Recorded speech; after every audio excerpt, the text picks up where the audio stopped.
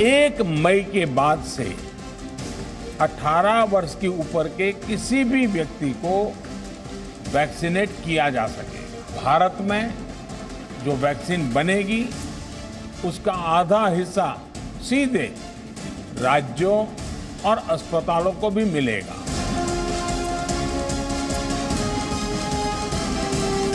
वो हमें वैक्सीन के डोजेज दे नहीं पाएंगी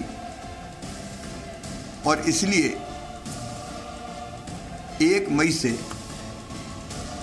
वैक्सीनेशन का ये कार्यक्रम मध्य प्रदेश में प्रारंभ नहीं किया जा सकेगा।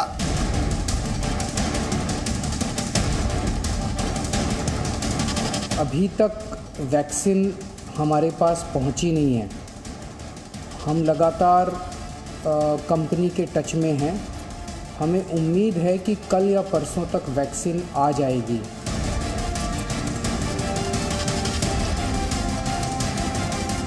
हमें लगता है कोविड को लेके नियोजन का अभाव है। लगातार कोई ऐलान करने से पहले उस पर चर्चा नहीं होती, तैयारी नहीं की जाती। कल से टीकाकरण का ऐलान कर दिया है, टीका है नहीं, लगेगा कहाँ से?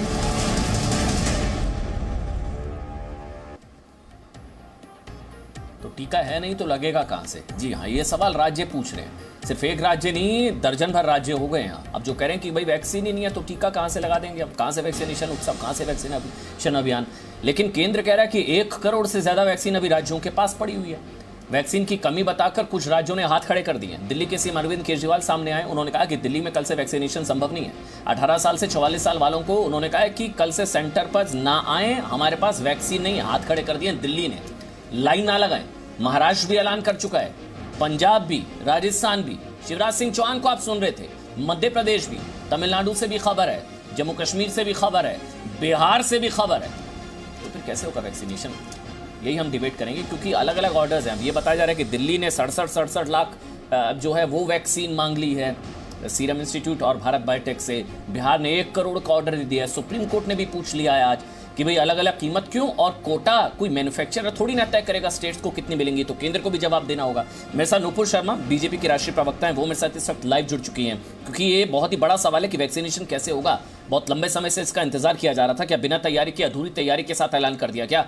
मेरे साथ रीना गुप्ता जो कि आम आदमी पार्टी से हैं, महाराष्ट्र से किशोर तिवारी शिवसेना से, और डॉक्टर सुनील सिंह बिहार से, जेडीयू, क्योंकि एनडीए के सहयोगी हैं बिहार और बीजेपी के सहयोगी हैं, वो भी मेरे साथ है। लेकिन सबसे पहले नुपुर, मैं आपसे शुरू कर रहा हूं। मतलब फिर कैसे होगा वैक्सीनेशन? राज्यों ने तो हाथ खड़े कर दिए। वैक्सीन नहीं थी तो ऐलान क्यों कर दिया कि 1 तारीख से शुरू होगा? देखिए, नमस्कार। मैं सबसे पहले इतना कहना चाहूंगी अमन जी, आज मन बहुत दुखी है। आपने अपने कार्यक्रम का शुरुआत भी आपने वैसे ही करी, और मैं लगभग 1.5 दशक से रोहित जी को तो मैं खुद भी जानती थी।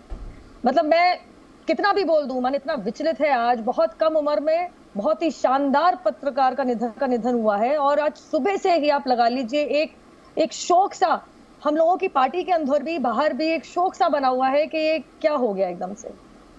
अब अगर मैं मूल मुद्दे पे आ जाऊं तो ज्यादातर तो मैं जानती हूं कि 1 करोड़ तो स्टॉक में ऑलरेडी थी, जो केंद्र सरकार के पास है, जो वितरित होगी, और ऊपर से 56 लाख की, 57 लाख की उन्होंने आगे और ऑर्डर दिए थे। अब क्योंकि 50% केंद्र सरकार खरीदेगी और बाकी बचे हुए, और वो जो डिसेंट्रलाइज्ड पॉलिसी है केंद्र सरकार की, केंद्र सरकार के जो भी सेंटर्स में वो 50% के द्वारा उनकी जो चलती हुई श्रेणी में टीकाकरण हो रहा है वो होता रहेगा टीकों के केंद्र में। अब बचे 50%, जिसको लेके तमाम राज्य सरकारों ने ये ऐलान किया था कि हम भी टीकाकरण लगाएंगे और मुफ्त में टीका लगाएंगे। अब वो बाकी 50% की श्रेणी में से उनका ऐलान था। अब ये बात तो मेरे से ज्यादा मैं कहूंगी, या तो वो दोनों मैन्युफैक्चरर बता सकते हैं या राज्य की सरकारें बता सकती हैं कि वो बचे हुए 50% मंथली की मैन्युफैक्चरिंग कैपेसिटी से उन्होंने कितने का ऑर्डर दिया था, कब दिया था, कितना आया नहीं आया, और उन दोनों कंपनियों से उनको क्या जवाब आया।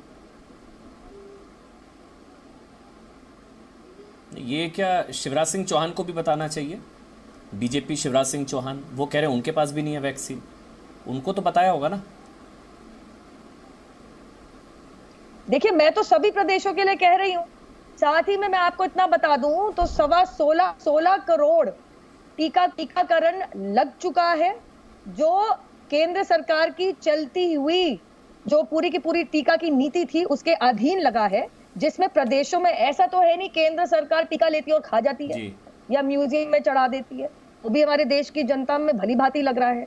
जो टीकाकरण के ऊपर राजनीति कर रहे हैं, आपको भी भली भांति याद है अमन जी किस तरीके से अगले दिन ही आके कह रहे थे हमारा एकमात्र पहला प्रदेश है जिसमें 1 करोड़ टीका लग गया, लेकिन कल तक रो रहे थे कि टीके नहीं, अगर टीके नहीं है तो 1 करोड़ टीके कहां से लग गए।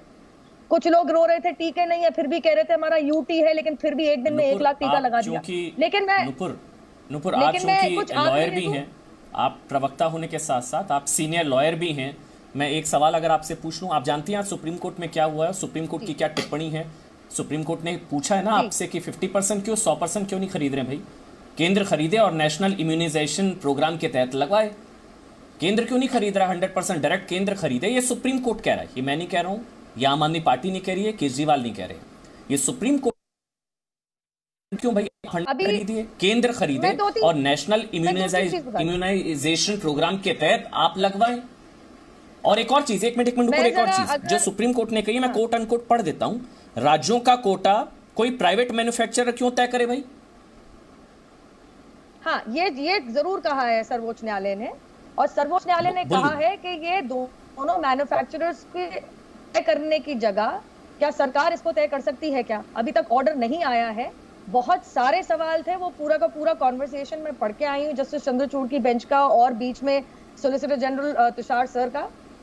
तो मैं उसी आपको बता दूं कि ये तमाम चीजें कंसिडरेशन होने के बाद ऑब्जर्वेशन होगी, लेकिन एक लॉजिकल आंसर मैं आपको बता दूं तो अगर 100% केंद्र संभालेगी तो आप ध्यान दीजिएगा पिछले लगभग 1 साल से जो राज्य सरकारें आए दिन रो रही हैं कि हमारे को भी डिसाइड करने दीजिए, आप हमारे को कम टीके दे रहे हैं, आप हमारे को ज्यादा टीके दे रहे हैं। आप अच्छी तरीके से जानते हैं अमन जी, महाराष्ट्र की जनसंख्या उत्तर प्रदेश की समानता में आधी से भी कम है, नुपुर एक बहुत ही लॉजिकल सवाल में ज्यादा टीके वितरित हुए। नुपुर एक बहुत ही लॉजिकल सवाल है, नुपुर एक लॉजिकल सवाल है, बहुत लॉजिकल सवाल, बहुत ईमानदारी से एक सवाल पूछता हूं। ऑक्सीजन की आप लोग ऑक्सीजन देते हैं स्टेट्स को, केंद्र देता है ना ऑक्सीजन स्टेट्स को, वो राज्यों के जनसंख्या राज्यों के अनुपात के हिसाब से दी जाती है, किसका कितना कोटा है कि भाई दिल्ली को अगर 480 देना है, महाराष्ट्र को जनसंख्या के अनुपात के हिसाब से कोटा केंद्र तय करता है।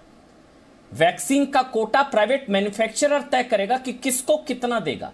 ये सुप्रीम कोर्ट ने पूछा है कि कोटा कोई प्राइवेट मैन्युफैक्चरर कैसे तय कर सकता है कि मैं दिल्ली को इतनी जो है वैक्सीन दूंगा, मैं महाराष्ट्र को इतनी, वो मतलब कोई प्राइवेट मैन्युफैक्चरर कैसे तय करेगा राज्यों का कोटा? ये सुप्रीम कोर्ट ने पूछा है। नुपुर आप जवाब दे दीजिए, उसके बाद मैं रीना जी आपके पास आऊंगा। ये बात 100% सच नहीं है। केंद्र सरकार सिर्फ ये तय करती है कि जो indigenously made in India oxygen है, जो टोटल प्रोडक्शन आज DIT ने जो बताया है कि बढ़ के कितनी ज्यादा हो गई है, उसका एलोकेशन केंद्र सरकार के पास है, लेकिन उसका लिफ्टिंग और उसका राज्य सरकार के आर के अधीन आने वाले अस्पतालों में सप्लाई एंड ट्रांसपोर्टेशन राज्य सरकार की जिम्मेदारी है। लेकिन ये नीति कहीं नहीं कहती कि आप अपने दम के ऊपर अपना ट्रांसपोर्टेशन है, एलोकेशन नहीं, आप कंफ्यूज, आप शब्दों में खेल रही हैं। मुझे भी पता है ट्रांसपोर्टेशन उनका है, हेल्थ स्टेट सब्जेक्ट है, टैंकर्स ट्रांसपोर्टेशन उनका है, लेकिन ऑक्सीजन एलोकेशन कोटा आप तय करते हैं, सेंटर। मैंने कब बोला? मैं यही तो बोल रही हूँ, मेरी पूरी बात तो सुन लीजिए।